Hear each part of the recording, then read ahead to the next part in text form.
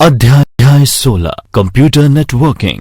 नमस्कार बच्चों, कक्षा में आपका स्वागत है। इस अध्याय में हम कंप्यूटर नेटवर्किंग के विभिन्न कॉन्सेप्ट्स के बारे में सीखेंगे। इस अध्याय में कवर मॉड्यूल्स हैं: कंप्यूटर नेटवर्किंग का परिचय, नेटवर्क कनेक्शन या लिंक, नेटवर्क प्रोटोकॉल, नेटवर्किंग के लेयर, नेटवर्क के प्रकार, network topology, network strategy, network का ऑर्गेनाइजेशन स्कोप, नेटवर्क बैंडविड्थ का वर्गीकरण, कंप्यूटर नेटवर्किंग के उपयोग, नेटवर्क सिक्योरिटी के मुद्दे, नेटवर्क में सॉफ्टवेयर व हार्डवेयर मुद्दे। कंप्यूटर नेटवर्किंग का परिचय, संक्षिप्त विवरण। एक कंप्यूटर नेटवर्क या डेटा नेटवर्क एक दूरसंचार नेटवर्क है जो कंप्यूटर डेटा का आदान प्रदान करने की अनुमति देता है। कंप्यूटर नेटवर्क में कंप्यूटिंग उपकरणों के द्वारा एक दूसरे के साथ network data exchange, network link यानी डेटा कनेक्शन के साथ कर सकते हैं। नोड्स के बीच कनेक्शन या तो केबल मीडिया या वायरलेस मीडिया का उपयोग कर स्थापित होता है। दूसरे शब्दों में, एक कंप्यूटर नेटवर्क मूल रूप से संसाधनों को साझा करने के प्रयोजन के लिए एक साथ जुड़े हुए कंप्यूटर्स का एक सेट है। आज इंटरनेट कनेक्शन साझा करने के लिए सबसे आम संसाधन है। अन्य साझा यानी शेयरिंग संसाधन में शामिल हैं प्रिंटर या एक फाइल सर्वर। इंटरनेट को भी एक कंप्यूटर नेटवर्क के रूप में माना जा सकता है। कंप्यूटर नेटवर्किंग की मूल बातें।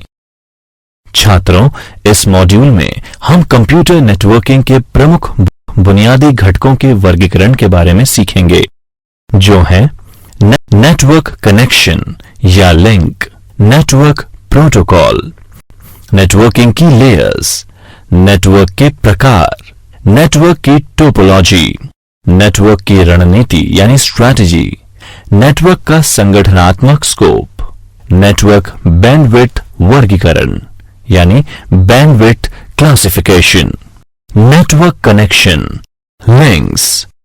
ट्रांसमिशन मीडिया अक्सर भौतिक मीडिया के नाम से जाना जाता है।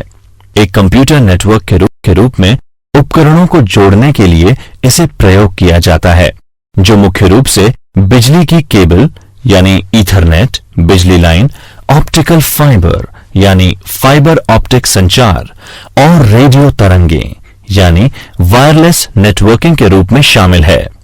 आइए इनके मुख्य प्रकारों के बारे में जानते हैं। लोकल एरिया नेटवर्क यानी लैन प्रौद्योगिकी को प्रसारण मीडिया क्षेत्र में व्यापक रूप से इस्तेमाल किया जाता है, जिसे सामूहिक रूप से ईथरनेट के रूप में जाना जाता है।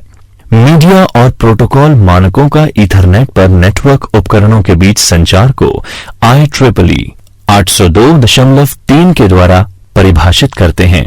ईथरनेट तांबा और फाइबर केबल्स पर डेटा स्थानांतरित करता है। वायरलेस लैन मानक, जो IEEE 802.11 द्वारा परिभाषित होते हैं, रेडियो तरंगों का उपयोग करते हैं या दूसरे संचरण माध्यम के रूप में अवरक्त संकेतों का उपयोग करते हैं। पावर लाइन संचार में डेटा संचारित करने के लिए भवन की बिजली की केबल बिछाने के लिए उपयोग किया जाता है। छात्रों, अब हम एक एक करके विभिन्न कनेक्शंस के बारे में जानेंगे। वायर्ड भौतिक यानी फिजिकल नेटवर्क लिंक। इसमें twisted pair wire, coaxial cable व ऑप्टिकल फाइबर आते हैं। ट्विस्टेड पेयर वायर ये केबल का एक प्रकार है जिसमें दो स्वतंत्र इंसुलेटेड तारों को एक दूसरे से मोड़कर बनाया जाता है। एक साथ दो मुड़े तारों के उपयोग से आर पार बात यानी क्रॉस टॉक और विद्युत चुंबकीय प्रेरण यानी इलेक्ट्रोमैग्नेटिक इंडक्शन को कम करने में मदद मिलती है। मुड़े दो तारों के युग्म केबल को पुराने टेलीफोन नेटवर्क में इस्तेमाल किया जाता है, जो लोकल एरिया नेटवर्क यानी लैन केबल की सबसे कम महंगी प्रकार है। वहीं अक्सर नेटवर्क के साथ कुछ बिंदु पर ट्विस्टेड पेयर वायर बिछाई जाती है। Coaxial cable. कोएक्सियल केबल तार का एक प्रकार है जिसमें एक केंद्रीय तार चारों ओर इंसुलेशन से घिरा हुआ होता है और उसके ऊपर ब्रेडेड वायर की ग्राउंडेड शीट लगी होती है। ये शील्ड बिजली और रेडियो आवृत्ति के हस्तक्षेप को कम करता है। कोएक्सियल केबल केबल टीवी उद्योग द्वारा इस्तेमाल की जाने वाली केबलों की प्राथमिक प्रकार है और ये व्यापक रूप से ईथरनेट के रूप में भी कंप्यूटर नेटवर्क के लिए प्रयोग की जाती है। हालांकि ये मानक टेलीफोन के तार से अधिक महंगी है।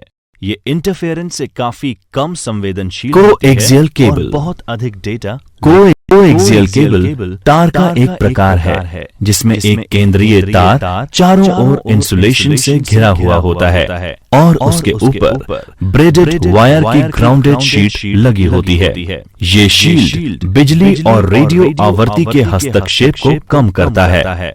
कोएक्सियल केबल केबल टीवी उद्योग द्वारा इस्तेमाल की जाने वाली केबलों की प्राथमिक प्रकार है और ये व्यापक रूप से ईथरनेट के रूप में भी कंप्यूटर नेटवर्क के लिए प्रयोग की जाती है।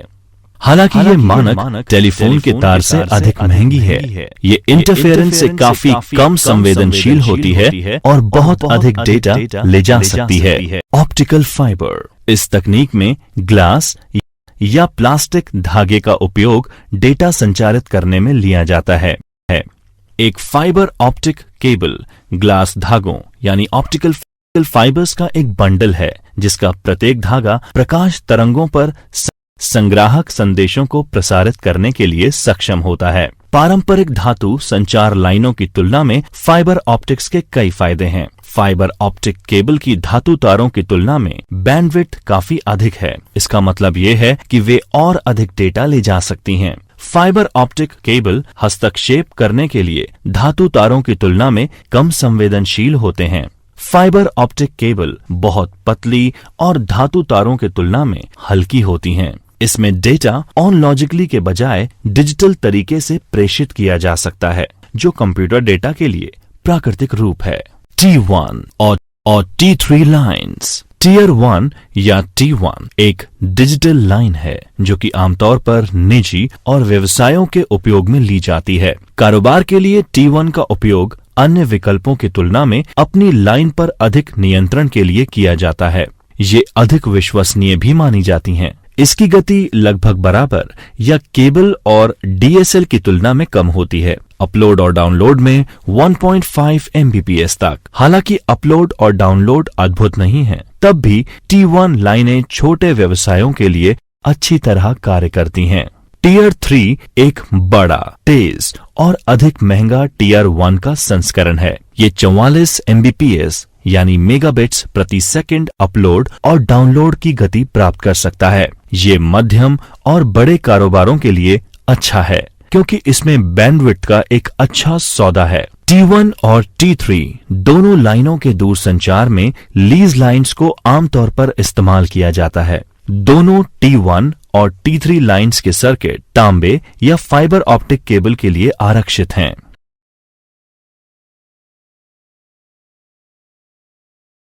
Wireless link. आधुनिक युग ने जिज्ञासु प्रवृत्ति को जन्म दिया है। आमतौर पर इंसान हर समय ऑनलाइन होना चाहता है। इन मोबाइल उपयोगकर्ताओं के लिए पारंपरिक वायर मीडिया किसी काम के नहीं हैं। वे स्थलीय संचार से सीमित नहीं होना चाहते, इसलिए अपने laptop, palm top, mobile phone इत्यादि के लिए डेटा हिट की जरूरत महसूस करते हैं। ऐसे सभी उपयोगकर्ताओं के लिए बिना तार के संचार ही एकमात्र उपाय है। Electromagnetic EPM। इलेक्ट्रोमैग्नेटिक यानी EPM स्पेक्ट्रम के उपयोग। जब इलेक्ट्रॉन चलते हैं या मूव करते हैं, वे विद्युत चुंबकीय तरंगें उत्पन्न करते हैं जिनका संचार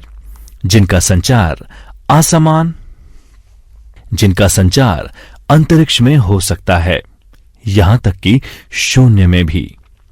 जब उपयुक्त आकार के एक एंटीना को बिजली के सर्किट से जोड़ा जाता है, तब EM वेव्स कुशलता से प्रसारित होती हैं और कुछ दूरी पर एक रिसीवर के द्वारा प्राप्त की जा सकती हैं। ये वायरलेस संचार के बुनियादी सिद्धांत हैं। आइए अब हम विभिन्न वायरलेस लिंक्स के बारे में विस्तार से जानते हैं। रेडियो, माइक्रोवेव, स्पेक्ट्रम वे अवरक्त और दृश्य प्रकाश भाग। सभी का सूचना प्रसारण के लिए इस्तेमाल किया जा सकता है। पैराबैंगनी प्रकाश, एक्सरे और गामा किरणें और भी बेहतर हैं, लेकिन उनके जटिल प्रकृति और प्राणियों को नुकसान के कारण इनका उपयोग नहीं किया जाता। स्थलीय यानी टेरेस्ट्रियल माइक्रोवेव। स्थलीय माइक्रोवेव संचार सैटेलाइट से पृथ्वी आधारित ट्रांसमीटर और रिसीवर द्वारा संचार डिश का उपयोग करके किया जाता है। स्थलीय माइक्रोवेव कम गीगाहर्ट्ज रेंज में होते हैं, जो कि दृष्टि लाइन यानी लाइन ऑफ साइट से सीमित होते हैं। जब रिले स्टेशनों के बीच की दूरी लगभग 48 किलोमीटर यानी 30 मील होती है, माइक्रोवेव रेडियो दूरसंचार प्रसारण में इस्तेमाल किया जाता है, क्योंकि उनकी छोटी तरंग यानी वेवलेंथ के कारण एंटीना अत्यधिक छोटे और दिशात्मक होते हैं, इसलिए अधिक व्यवहारिक हैं। माइक्रोवेव व्यापक रूप से पॉइंट टू पॉइंट संचार के लिए इस्तेमाल किए जाते हैं, क्योंकि उनके छोटे तरंगदैर्ध्य से आसान आकार की एंटीना से संकीर्ण बीम के रूप में सीधे निर्देशित किया जा सकता है। ये पास वाले दूसरे माइक्रोवेव उपकरण के साथ बिना हस्तक्षेप किए उन्हीं आवृत्तियों को उपयोग करने की अनुमति देता है। एक और लाभ ये है कि माइक्रोवेव की उच्च आवृत्ति यानी फ्रीक्वेंसी माइक्रोवेव बैंड में एक बहुत बड़ी जानकारी ले जाने की क्षमता होती है। माइक्रोवेव बैंड अन्य सभी रेडियो स्पेक्ट्रम से 30 गुना ज्यादा है। एक नुकसान ये भी है कि माइक्रोवेव दृष्टि प्रसार यानी साइट प्रोपगेशन से सीमित है। वे पहाड़ियों या पहाड़ों के आसपास पारित नहीं हो सकती, जैसे कम आवृत्ति रेडियो तरंगें। आमतौर पर माइक्रोवेव का उपयोग एक विशेष रूप से सुसज्जित वैन से टेलीविजन स्टेशन के लिए एक दूरस्थ स्थान से टेलीविजन समाचार संकेत संचारित करने के लिए किया जाता है। संचार उपग्रह, कम्युनिकेशन सैटेलाइट। उपग्रहों के माध्यम से माइक्रोवेव रेडियो तरंगें, जो कि पृथ्वी के वायुमंडल से डिफ्लेक्ट नहीं होते, द्वारा किया जाता है। उपग्रह अंतरिक्ष में तैनात होते हैं, जो आमतौर पर भूमध्य रेखा के ऊपर भू समकालिक कक्ष 35,400 किलोमीटर में होते हैं। ये पृथ्वी की परिक्रमा करने वाले सिस्टम आवाज, डेटा और टीवी संकेतों को प्राप्त करने और पुनः प्रसारित करने में सक्षम होते हैं। संचार उपग्रह एक कृत्रिम उपग्रह जो ट्रांसपॉन्डर के माध्यम से रेडियो दूरसंचार संकेतों का प्रवर्धन और पुनः प्रसारण करता है। ये पृथ्वी पर स्थित विभिन्न स्थानों के रिसीवर्स और एक सोर्स ट्रांसमीटर के बीच एक संचार चैनल बनाता है। संचार उपग्रहों को टेलीविजन, टेलीफोन, रेडियो, इंटरनेट और सैन्य अनुप्रयोगों के लिए इस्तेमाल किया जाता है। Radio waves. Wireless local area network उच्च आवृत्ति रेडियो प्रौद्योगिकी और कम आवृत्ति रेडियो प्रौद्योगिकी का उपयोग करती है। वायरलेस लेंथ स्प्रेड स्पेक्ट्रम प्रौद्योगिकी का उपयोग कर सीमित क्षेत्र में कई उपकरणों के बीच संचार को सक्षम करती है। रेडियो तरंगें एक प्रकार का विद्युत चुंबकीय विकिरण है, जिनका स्पेक्ट्रम अवरक्त प्रकाश यानी इंफ्रारेड तरंगों से ज्यादा लंबा होता है। रेडियो तरंगों की आवृत्ति 300 गीगाहर्ट्ज और कम से कम 3 किलोहर्ट्ज के रूप में होती है और इनका तरंग दैर्ध्य 1 मिलीमीटर यानी 0.039 इंच 100 किलोमीटर यानी 62 मील तक होता है। कृत्रिम रूप से उत्पादित रेडियो तरंगों का इस्तेमाल मोबाइल रेडियो संचार, प्रसारण, रडार और अन्य नेविगेशन प्रणाली, संचार उपग्रहों, कंप्यूटर नेटवर्क और असंख्य अन्य कई अनुप्रयोगों के लिए कर रहे हैं। सेल्यूलर प्रणाली कवर क्षेत्र को कई भौगोलिक क्षेत्रों या सेल्स में विभाजित करती है। प्रत्येक क्षेत्र के लिए एक कम शक्ति ट्रांसमीटर या रेडियो रिले एंटीना डिवाइस होता है, जो कॉल को एक क्षेत्र से अगले क्षेत्र या सेल के लिए रिले करता है। सेल्यूलर नेटवर्क आमतौर पर आवृत क्षेत्र में विभाजित होते हैं, जिसे सेल कहा जाता है।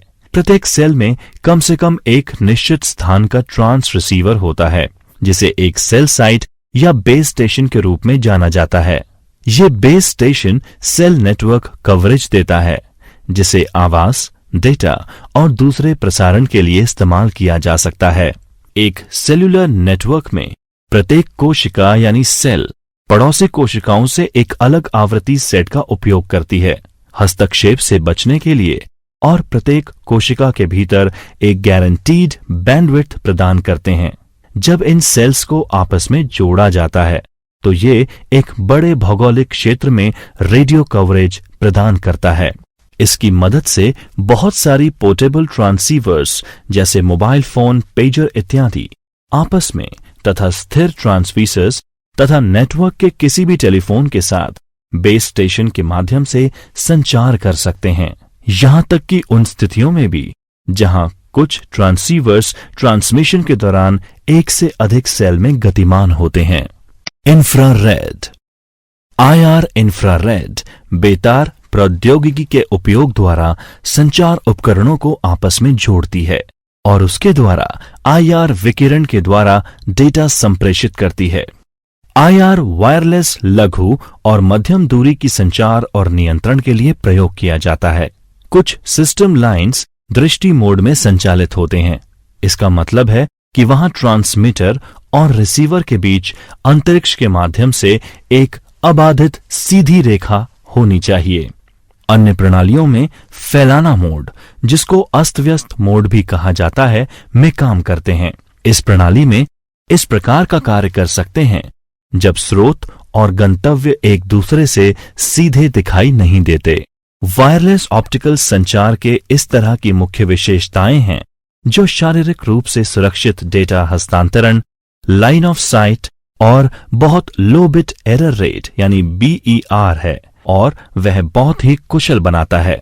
IR प्रयोग करने के लिए मुख्य कारण पॉइंट एंड शूट सिद्धांतों का उपयोग करते हुए वायरलेस डेटा हस्तांतरण लास्ट 1 मीटर किया जाता है। इस प्रकार ये mobile phone, laptop, camera, printer, चिकित्सा उपकरणों, टीवी रिमोट नियंत्रण के रूप में पोर्टेबल उपकरणों में लागू किया गया है। ब्लूटूथ कम दूरी पर डेटा का आदान प्रदान और मोबाइल उपकरणों से 2.44 से 2485 गीगा बैंड में लघु तरंग दैर्ध्य UHF रेडियो तरंगों का उपयोग और पर्सनल एरिया नेटवर्क यानी PAN के निर्माण के लिए एक वायरलेस तकनीक मानक है। ये कई उपकरणों को कनेक्ट कर सकता है। ब्लूटूथ मूल रूप से कम बिजली की खपत के लिए तैयार प्रत्येक डिवाइस में कम लागत वाली ट्रांसीवर माइक्रोचिप्स पर आधारित एक लघु श्रृंखला के साथ एक मानक वायर रिप्लेसमेंट संचार प्रोटोकॉल है, क्योंकि उपकरण एक रेडियो प्रसारण संचार प्रणाली का उपयोग करते हैं। वे एक दूसरे की दृष्टि से लाइन ऑफ साइट में होने की जरूरत नहीं है। रेंज बिजली वर्ग पर निर्भर है, लेकिन प्रभावी रेंज व्यवहार में भिन्न है।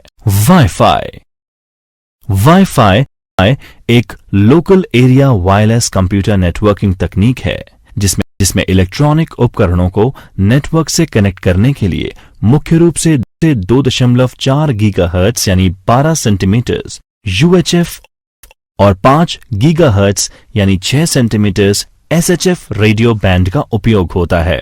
वाईफाई का उपयोग करने की अनुमति देता है वाईफाई अलायंस। किसी भी वायरलेस लोकल एरिया नेटवर्क यानी WLAN उत्पाद इलेक्ट्रिकल और इलेक्ट्रॉनिक्स इंजीनियर संस्थान IEEE 802.11 मानकों के आधार के रूप में वाईफाई को परिभाषित करता है। बहुत से उपकरण वाईफाई का उपयोग कर सकते हैं, जैसे personal computer, video game console, smartphone, digital camera, tablet computer और डिजिटल ऑडियो प्लेयर इत्यादि। ये इस तरह के एक वायरलेस नेटवर्क का हॉटस्पॉट बिंदु के माध्यम से इंटरनेट से कनेक्ट कर सकता है। इस तरह का एक हॉटस्पॉट की रेंज घर में 20 मीटर यानी 66 फुट तथा बाहर इससे अधिक हो सकती है। हॉटस्पॉट कवरेज रेंज भिन्न हो सकते हैं। RFID रेडियो फ्रीक्वेंसी आइडेंटिफिकेशन यानी RFID विद्युत चुंबकीय इलेक्ट्रोमैग्नेटिक क्षेत्र के वायरलेस उपयोग स्वचालित रूप से पहचान करने और वस्तुओं से जुड़ी टैग पर नजर रखने के प्रयोजनों के लिए डेटा स्थानांतरित करने के लिए किया जाता है। टैग में इलेक्ट्रॉनिक जानकारी संग्रहित होती है। कुछ टैग रीडर के पास उत्पादित चुंबकीय क्षेत्र से विद्युत चुंबकीय प्रेरण द्वारा संचालित कर रहे हैं। कुछ प्रकार में रेडियो तरंगों से ऊर्जा इकट्ठा करने और एक निष्क्रिय ट्रांसपोंडर के रूप में काम करते हैं। अन्य प्रकार में एक बैटरी के रूप में एक स्थानीय शक्ति का स्रोत है और सैकड़ों पाठक से मीटर के कम से संचालित कर सकते हैं। RFID टैग रसद शॉपिंग मॉल, विनिर्माण, विधानसभा लाइन्स आदि जैसे कई क्षेत्रों में उपयोग किया जाता है। GPRS general packet radio service. GPRS एक डेटा सेवा प्रौद्योगिकी को सक्षम बनाता है जो कि 2G दूरसंचार नेटवर्क, आवाज कॉल के अलावा अन्य सेवाएं प्रदान करता है। इन सेवाओं में ईमेल का उपयोग, मल्टीमीडिया संदेश और इंटरनेट के लिए एक हद तक सीमित उपयोग शामिल है। ये ज्यादातर पुराने मोबाइल सेट द्वारा इस्तेमाल किया गया था। GPRS स्थलीय सेल्यूलर टावरों के साथ संचार करता है। GPS global positioning system. GPS navigation से आपका फोन एक वायरलेस प्रदाता के नेटवर्क के माध्यम से जगह जगह आपका स्थान प्राप्त करने के लिए उपयोग करता है। GPS ग्लोबल पोजीशन सिस्टम है जो स्थान निर्धारित करने के लिए उपग्रहों के समय का उपयोग करता है। यहाँ GCM या GPRS से कोई संबंध नहीं है। AGPS यानी असिस्टेड GPS, GSM GPRS के माध्यम से प्रदान किए मोबाइल डेटा का उपयोग जल्दी से अपनी स्थिति की गणना करने के लिए कर सकता है, जो कि सीधे GPS उपग्रहों का उपयोग करने पर 1 से 2 मिनट में प्राप्त होता है। WiMAX माइक्रोवेव को एक्सेस करने के लिए दुनिया भर में इंटर ऑपरेबिलिटी, ये 30 से 40 मेगाबिट प्रति सेकंड डेटा रेट प्रदान करने के लिए डिजाइन किया गया बेतार संचार मानकों का एक परिवार है। 2011 के बाद अपडेट होकर तय स्टेशनों के लिए 1 जीबिट पर सेकंड तक उपलब्ध कराने में समर्थ है। WiMAX एक मानक आधारित केबल और DSL के एक विकल्प के रूप में last mile wireless broadband access के वितरण की सक्षम तकनीक है। विभिन्न बैंडविड्थ वर्गीकरण एक त्वरित संदर्भ के लिए स्क्रीन पर दर्शाया गया है। नेटवर्क प्रोटोकॉल, नेटवर्किंग के 4 layers. Internet protocol suit computer networking model और संचार के प्रोटोकॉल का समूह है जो इंटरनेट और इसी तरह के कंप्यूटर नेटवर्क पर इस्तेमाल किया जाता है। आमतौर पर TCP, IP transmission control protocol और इंटरनेट प्रोटोकॉल TCP/IP प्रदान करता है। TCP/IP and to and connectivity के द्वारा यह स्पेसिफाई करता है कि गंतव्य स्थान पर कैसे डेटा को पैकेटाइज्ड करना, एड्रेस करना, ट्रांसमिट करना, राउट करना और प्राप्त या संग्रहित किया जाना चाहिए। ये पूर्ण कार्यवाही 4 एब्स्ट्रैक्ट लेयर्स में उनके नेटवर्किंग के दायरे के अनुसार सभी संबंधित प्रोटोकॉल्स को सॉर्ट या विभिक्त आयोजित करती है। Layer 1 network access layer. Network access layer कैसे डेटा फिजिकल रूप में भेजा जाएगा ये परिभाषित करती है, जिससे ये भी शामिल है कि कैसे बिट्स विद्युतीय या ऑप्टिकली सिग्नल के द्वारा हार्डवेयर में भेजा जाएगा, जहां की हार्डवेयर सीधे नेटवर्क मीडिया जैसे कोएक्सियल केबल, ऑप्टिकल केबल या ट्विस्टेड पेयर कॉपर वायर के साथ संबंधित या जुदा होता है। Layer 2 internet layer. Internet layer data को डेटा पैकेट के रूप में पैक करती है, जिसे IP डेटाग्राम कहा जाता है, जो कि सोर्स तथा destination address logical IP address की सूचना जिसका उपयोग डेटाग्राम को होस्ट या नेटवर्क के अंदर फॉरवर्ड करने में होता है। इंटरनेट लेयर IP डेटाग्राम को राउट करने के लिए जिम्मेवार होता है। इसका कार्य होता है कि होस्ट को किसी भी नेटवर्क में पैकेट भेजने की अनुमति प्रदान करे और स्वतंत्र रूप से गंतव्य पर डिलीवर करे। Layer 3 transport layer.